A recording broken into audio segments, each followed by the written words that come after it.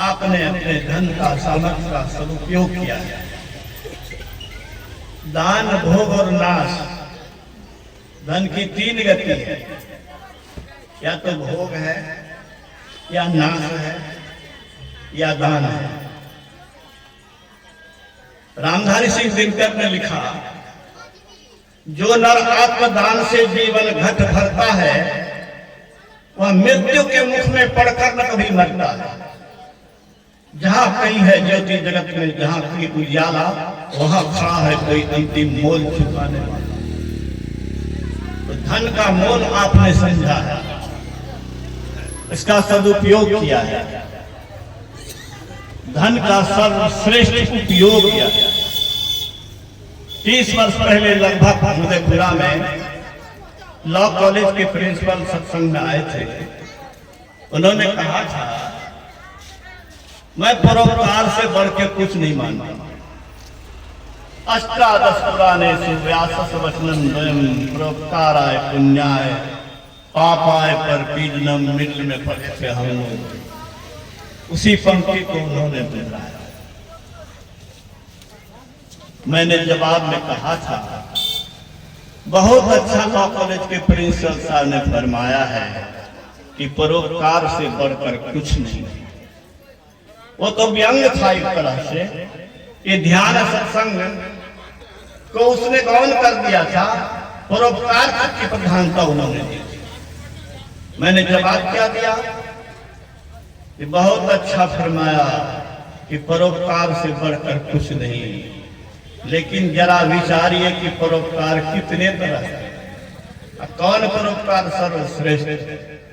भूखे को अन्न देना, प्यासे को पानी देना, बीमार को दवा देना, निर्वस्त्र को वस्त्र देना, निश्चय ही उपकार है।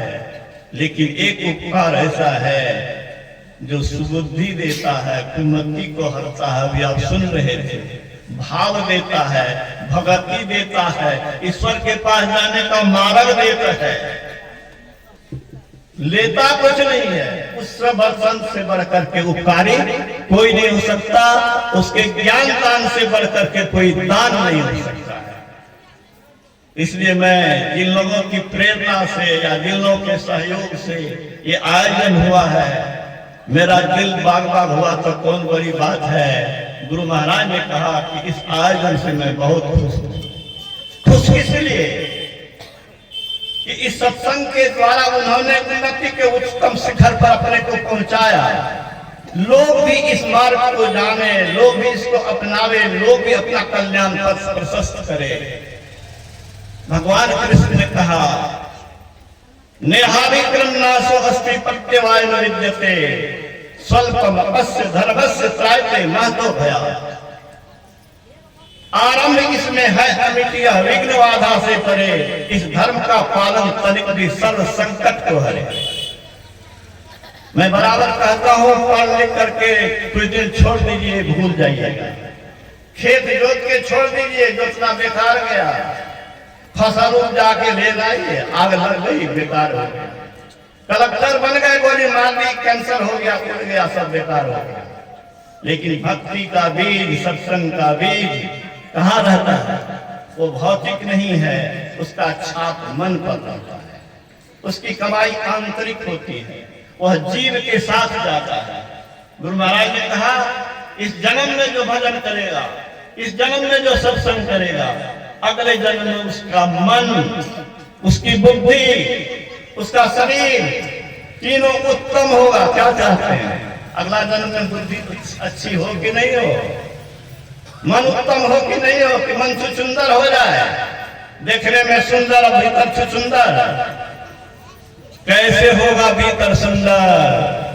गुरु महाराज कहते हैं, इस जन्म में जो सत्संग करेगा, भजन करेगा, अगले जन्म में उसका मन, उसकी बुद्धि, उसका शरीर तीनों उत्तम होगा।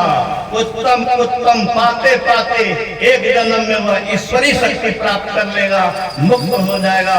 मरिए तो मर जाइए, छूट पड़े जंजाल, ऐसे मरने को मरे दिन में 100 बार। ये ज्ञान तो फिर कल भी मिलेगा, आखिरी है। मैं आग्रह करूंगा, कल 6:30 बजे तक आप लोग सुबह में आवे। और अपराह्न में 2 बजे आने का कष्ट करें। यही निवेदन के साथ मैं वाणी को विराम देता हूँ।